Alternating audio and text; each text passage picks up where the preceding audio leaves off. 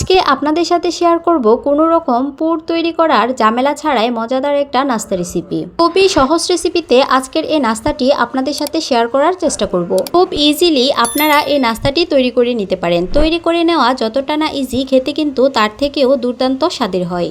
নাস্তা তৈরি করার জন্য আমি প্রথমেই নিয়ে নিলাম মেজারমেন্ট কাপে হাফ কাপ পরিমাণ আটা, সাথে অ্যাড করে দিলাম স্বাদ অনুযায়ী লবণ, আরও অ্যাড করে দিলাম 1 চা চামচ পরিমাণ চিনি।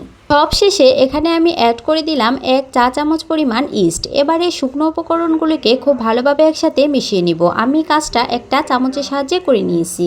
এবারে হালকা কুসুম গরম দুধ দিয়ে আমি খুব সুন্দর একটা ডো তৈরি করে নিব। অল্প অল্প পরিমাণে দুধ অ্যাড করে আমি কিন্তু আটার সাথে মাখিয়ে নিচ্ছি। দুধটা আমি একসাথে ব্যবহার করিনি। কিছু সময় মাখিয়ে নেওয়ার পর দেখবেন যে এরকম একটা স্টিকি ডো তৈরি হয়েছে। ডোটা একটু শক্ত করেই তৈরি করে নিতে হবে, যেন ডো থেকে লেচি কেটে নিয়ে খুব ইজিলি রুটি তৈরি করে নেওয়া যায়। এ পর্যায়ে আমি এখানে অ্যাড করে দিলাম 1 চা চামচ পরিমাণ রান্নার রেগুলার তেল। তেলটা দিয়ে আমি খুব ভালোভাবে ডোয়ের সাথে মুথে নিব। একটু সময় নিয়ে মুথে নিতে হবে যেন ডোটা সফট হয়ে আসে। আর আপনারা এই রেসিপিটা তৈরি করার সময় যতটা বেশি সময় ডোটাকে মুথে নিতে পারবেন, আপনাদের রেসিপিটা ততটাই পারফেক্ট হবে। ঢাকনা দিয়ে ঢেকে দিলাম 10 মিনিটের জন্য। 10 মিনিট ঢাকনা দিয়ে ঢেকে দিলেই পারফেক্ট। 10 মিনিট পর ঢাকনা উঠে আবারও একটু সময় আমি মুথে নিব। ডোটা 10 মিনিট মতো রেস্টে রাখাতে ডোটা কিন্তু আগের থেকে অনেকটাই বেশি সফট হয়ে এসেছে। ডোটাকে আমি দুইটা ভাগে ভাগ করে নিলাম। এবারে একটা ভাগ দিয়ে আমি রুটি তৈরি করে নিব। ডোয়ের উপরে হালকা আটা ডাস্ট করে আমি রুটিটা তৈরি করে দিচ্ছি। নর্মালি আমরা নাস্তার জন্য রুটির পুরুত্বটা যেরকম রাখি, এই রেসিপিটা তৈরি করার জন্য কিন্তু রুটির পুরুত্বটা একটু ঘন রাখতে হবে। আমি এখানে একটু বেশি পরিমাণে ডো নিয়ে একটা রুটি তৈরি করে নিচ্ছি। রুটিটা কিভাবে তৈরি করে নিচ্ছি সেটা আপনারা স্ক্রিনে লক্ষ্য করলেই বুঝতে পারবেন। খুব ইজি একটি কাজ, এটা আমরা সবসময় করেই থাকি। এবারে আমি আপনাদের দেখিয়ে দিচ্ছি যে রুটির পুরুত্বটা কেমন হবে। একটা চাকুর সাহায্যে এখন আমি রুটিটাকে কেটে নিচ্ছি। একটা রুটি থেকে আজকে আমি 7 পিস নাস্তা তৈরি করব, তাই আমি একটা রুটিকে 7টা পিসে ভাগ করে কেটে নিয়েছি। এবারে একে একে আমি নাস্তাগুলোর শেপ দিয়ে দিব।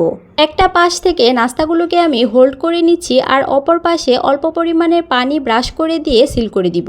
এতে করে নাস্তাগুলো তেলে দেওয়ার পর আর খুলে যাবে না। সেম ওয়েতে আমি সবগুলো নাস্তা একে একে তৈরি করে নিচ্ছি। কাজটি আমি কিভাবে করে নিচ্ছি সেটা আপনারা একটু স্ক্রিনে লক্ষ্য করলেই বুঝতে পারবেন। এই কাজটি করে নেওয়া কিন্তু খুবই ইজি। তবে আপনারা চাইলে আপনাদের পছন্দ মতো যে কোনো শেপেও কিন্তু এই নাস্তাগুলোকে তৈরি করে নিতে পারেন। একটা রুটি দিয়ে আমার সবগুলো নাস্তা তৈরি করা হয়ে গেছে। এখন অবশিষ্ট যে একটা রুটি রয়েছে সেই রুটিটা দিয়েও আমি সেম ভাবে নাস্তাগুলোকে তৈরি করে নিব। সকাল কিংবা বিকেলের নাস্তায় অথবা চায়ের আড্ডায় আপনারা খুব ইজিলি এই নাস্তাটা তৈরি করে নিতে পারেন। এভাবে নাস্তা তৈরি করে নিয়ে আপনারা 2 দিন মতো নাস্তাগুলোকে সংরক্ষণ করে খেতে পারেন। ছাড়া আপনারা এই নাস্তাটি তৈরি করে আপনাদের বাচ্চার টিফিনেও রাখতে পারেন। এতে করে দেখবেন যে টিফিন বক্সটা একেবারেই ফাঁকা। সবথেকে বড় কথা হলো যে আপনারা এই নাস্তাটি ময়দার পরিবর্তে আটা দিয়েই খুব ইজিলি তৈরি করে নিতে পারেন। হাতের কাছে থাকা অল্প কিছু উপকরণেই কিন্তু এই দুর্দান্ত স্বাদের নাস্তাটি তৈরি করে নেওয়া যায়। তাছাড়া আপনাদের বাসায় যদি মেহমান চলে আসে তাহলে কিন্তু আপনারা মেহমানদারিতে এই নাস্তাটি রাখতে পারেন। মেহমানদের সামনে যদি আপনি 1 কাপ চায়ের সাথে এই নাস্তাটি সার্ভ করেন তাহলেই কিন্তু পারফেক্ট। তো বন্ধুরা, আপনাদের সাথে গল্প করতে করতে আমি নাস্তাগুলোকে তৈরি করে নিচ্ছি। এবারে সবগুলো নাস্তাকে গরম তেলে ভেজে নেওয়ার পালা। নাস্তাগুলো তৈরি করে নিয়ে তেলে ভেজে নেওয়ার আগে নাস্তাগুলোকে আমি 5 মিনিট মতো রেস্টে রেখে দিয়েছি। এতে করে কিন্তু নাস্তাটা কিছুটা ফুলে আসবে। এবারে চুলায় একটা প্যান বসিয়ে দিয়ে দিলাম পরিমাণ মতো তেল। তেলটা যখন গরম হয়ে আসবে তখন এখানে অ্যাড করে দিব একে একে তৈরি করে রাখা নাস্তাগুলো।